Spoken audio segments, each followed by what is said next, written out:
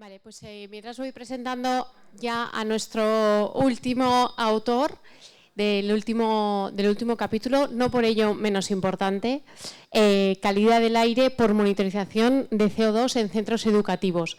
Creo que, y sin desprestigiar al resto de capítulos, es un capítulo que nos va a adentrar a la realidad que hemos vivido y a la que nos toca vivir en un futuro.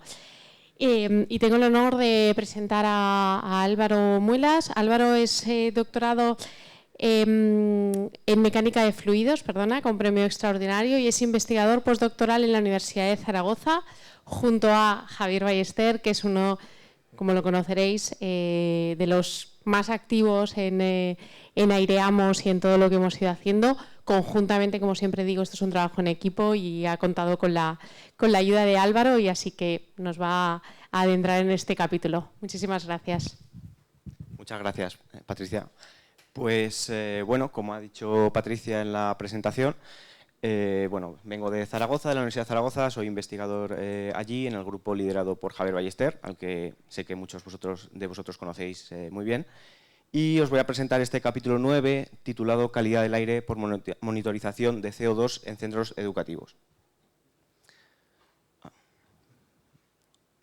Vale, pues el CO2, como se ha hablado esta mañana y todos sabéis bien, es un gas que es un muy buen indicador de la ventilación que tenemos en espacios interiores ocupados por personas y, por tanto, por distinta normativa, como puede ser el RITE, o códigos de buenas prácticas, como el de Aireamos, proponen distintos umbrales de la concentración máxima de este gas que deberíamos de tener para poder asegurar que estamos en un ambiente interior bien ventilado y, por tanto, en un ambiente interior saludable. Entonces, la realidad en España es que la gran mayoría de centros educativos no disponen de ventilación mecánica y solamente se pueden ventilar abriendo ventanas, ¿vale? Entonces, bueno, como también sabemos, el proceso de ventilación natural es muy complejo y especialmente es muy variable, nos cambia mucho entre días en función del viento, la magnitud, dirección del viento, la temperatura. Entonces es algo muy imprevisible, lo cual nos lleva a que la medida de CO2 sea una herramienta fundamental para asegurar de que estamos ventilando de forma adecuada. En este capítulo 9 lo que proponemos es una sección en la cual damos una serie de recomendaciones, pautas generales sobre cómo conseguir una ventilación natural en centros educativos. Para ello proponemos buscar siempre una ventilación cruzada con aberturas en las paredes, en paredes opuestas.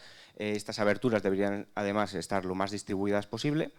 Y hacemos bastante hincapié también en la gran importancia de ventilar de forma continua. Un poco al contrario de lo que se nos decía muchas veces en la pandemia desde consejerías de educación o desde medios de comunicación de que era suficiente en centros educativos ventilar en el recreo o solamente en las pausas entre clases, pues aquí lo que demostramos es que no, que realmente es fundamental ventilar cuando el aula está ocupada, que es precisamente cuando se generan los bioefluentes. Entonces hacemos bastante hincapié también en esto, la gran importancia de ventilar de forma continua.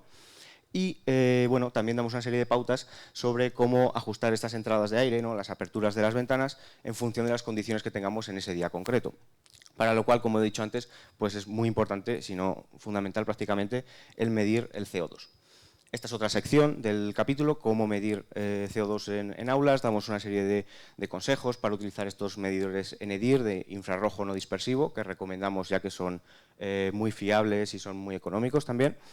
Damos una serie de consejos sobre su calibración, dónde colocar el analizador también, porque bueno, habría que buscar una posición, ¿no?, de este analizador que sea representativa de lo que hay en el aula. O sea, una medida representativa, no podemos situarlo muy cerca de los ocupantes, ya que exhalan CO2 y nos van a dar una medida demasiado alta, y tampoco lo deberíamos de colocar en las zonas sombreadas de estos esquemas, ya que son las zonas más ventiladas, ¿no?, donde puedes tener corrientes de aire que también te estén falseando la medida. Y por último también proponemos un protocolo muy sencillo de ventilación, que resumo en este esquemita, en el cual simplemente pues bueno, es cómo ajustar las aperturas, ¿no?, las aberturas de las ventanas en función de las condiciones que tenemos. Entonces aquí, por ejemplo, fijando en los 700 partes por millón de concentración máxima propuesta por el Código de Buenas Prácticas de Aireamos, pues podríamos ver si bueno, conseguimos una ventilación suficiente y, por tanto, una buena condición de aire interior, ¿no?, una buena calidad de aire interior, o si por el contrario, pues bueno, tenemos que abrir o cerrar más las ventanas, ¿no? La idea es buscar un ambiente interior lo suficientemente ventilado sin incurrir en disconfort térmico de los ocupantes o en gastos excesivos de calefacción o de aire acondicionado. También resaltamos una serie de aspectos particulares que consideramos de especial interés en este capítulo, como puede ser la importancia de ventilar bien los pasillos, que eso muchas veces no se le presta la atención que debería. Entonces, bueno, podemos decir que aproximadamente la mitad, el 50% de las aulas en un centro ventilan a través del aire que fluye por los pasillos. Esto lo ejemplifico un poco en el esquemita este de aquí de arriba a la derecha, donde se puede ver que tenemos 4 aulas, aula A1, A2, A3 y A4, separadas por un pasillo. Entonces las aulas A1 y A3, las de la izquierda, tienen un nivel bastante bueno de ventilación, tienen un nivel de CO2 de 700 partes por millón, ya que el aire que les está entrando les entra desde el exterior, ¿no? Es aire fresco del exterior a 400, 420, 450 partes por millón.